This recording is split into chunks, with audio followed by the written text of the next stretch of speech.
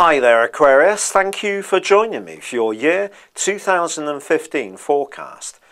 As this year begins, there continues to be the stunning presence of Jupiter in your sector of relating, and if it's a relationship you want, Mars transversing through your sign in January is going to meet with Jupiter on day 1 of 2015, providing a real trigger, an impulse to take the initiative when it comes to your love life or any form of productive partnership, and particularly in the first half of this year.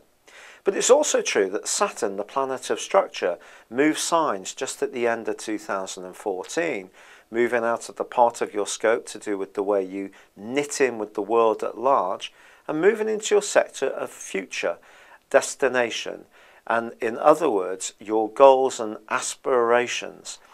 Now this is an area that you have a natural empathy for, and Saturn of course is also your historical or co-ruler, along with Uranus, your modern ruler. So there is a part of most Aquarians which understand a degree of the orthodox, and this comes from Saturn's influence. The things that are familiar and safe and comforting are things to hold on to, whether it's traditional customs, history, anything to do which celebrates the unity with other people. You're not always quick to dismiss these, and that's a real talent that you have. But Saturn, now relocated in Sagittarius, is going to bring some new challenges your way, because it's asking you to make sure that the destination that you have been setting for yourself over the last 2.5 years is really the one you want. You may even have reached it as 2014 came to a close, or you may still need to do so, because Saturn is going to switch back into your 10th solar house between the middle of June and the middle of September during this year. So there may be something that's not quite at its pinnacle, but it can get there yet. But you have to be clear it's what you really want. And that's the gauntlet that Saturn is laying down to you. It's asking you to recheck your motives. And if you're clear about your objectives, go again, and with gusto. But there is continuing a lot of energy in the back end of your horoscope, the more psychological area, the 12th solar house. There's a beautiful link between Mercury and Venus, which suggests that one relationship could be a slow burner this year and can become much more important over a period of time. In terms of a romantic situation, perhaps someone's got a secret crush on you. You may not know who this person is to begin with, but you probably will discover it in time. On the other hand, it may be that you need to continue to work patiently on understanding yourself, on unlocking what really motivates you at a deeper level. And if there are issues from your past in terms of emotional unhappinesses, to continue to discuss and think about these, particularly with people that you can absolutely trust.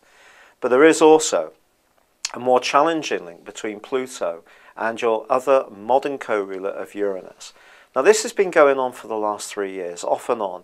It's never really been at a complete end, because although the two planets have pulled apart in terms of the exact square, in terms of by sign, it's really been ongoing. And essentially for you, it suggests that your thinking or your desire to be outspoken sometimes hasn't always been working cooperatively with another side of yourself which you know much less intimately. Or people have been challenging you with parts of your personality that you don't get, and that has been disconcerting at times. And I have to be truthful with you, there could be more of that this year. And some friendships could be tested by this, but the best ones will just go from strength to strength. But you have something else to celebrate as this year begins, Aquarius. Because with Mars in your sign, I do think you're going to be much more energized than you have been in recent years. And also, Mercury and Venus are going to join up with you pretty soon in January. So it's not going to be just all starting from the time of your birthday, which is usually the case around the 20th or 21st of each January. This year, you can really charge into 2015 with a much greater invigoration, a desire to take on the challenges, and that can be wonderful for you to demonstrate.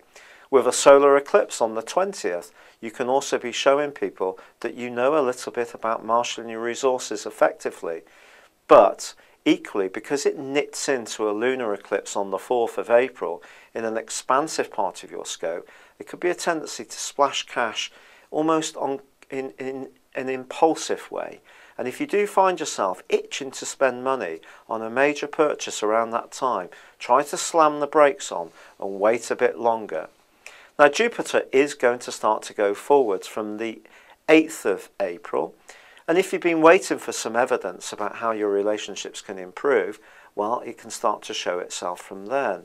But remember, Jupiter is about self-confidence. We can't just sit back passively waiting for the love of our life to walk into our arms.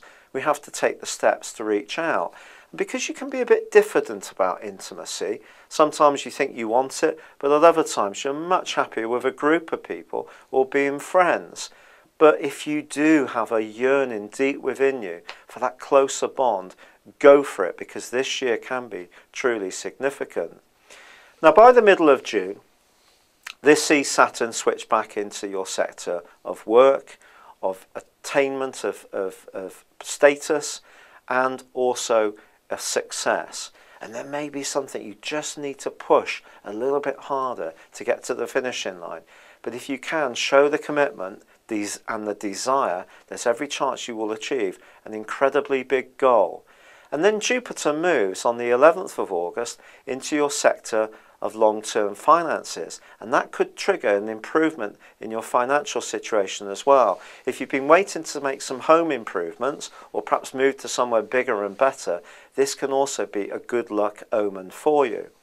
But the portents are not completely clear in September, and you could find yourself getting into a bit of a muddle around cash. So go careful again. It's the same as earlier in the year. You need to be really mindful of what you're buying and what you're investing your money in. Something could come up, or someone could give you some information which proves to be faulty, or you can get caught up in a dream-like ambition across September, which is not really very good for you. Fortunately, by October, you can start to get much more grounded. And your natural ability as an armchair psychologist is certainly boosted through October, but you can use it to divine what opportunities are for real and which are the ones you need to walk past. And your shrewdness and wisdom and ability to forensically check out opportunities is definitely boosted through that month, and could see you have a major breakthrough there too. However, of course, Saturn has moved in the middle of September back into Sagittarius. And when it comes to friendships, because you've been working or had Pluto working through the sign of Sagittarius up until 7 years ago, I think there's probably a lot of friends who did get cleared out, who weren't really relevant to you during that period. If there's been a bit more of that, or a bit more to come, all this will do to serve the purpose of for you before the end of this year is make you much more mindful that never sell yourself short. A tricky square between Saturn and Neptune in the middle of November through to early December is a point in case. You need to be true to your own values. Uranus can sometimes see you maddeningly outspoken and rebellious and contrary and not wanting to fit in when others want you to fit in with them, but it does keep you true to yourself, and there's nothing better than that, and it's something you should celebrate about yourself every single day.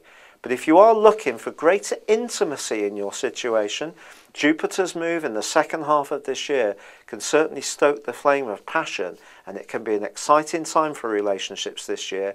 They just need to be the right ones for you. It's been a real pleasure being with you, Aquarius. And remember, if you need your weekly or monthly forecast, you can tune in to me all through the year. Good luck and goodbye for now.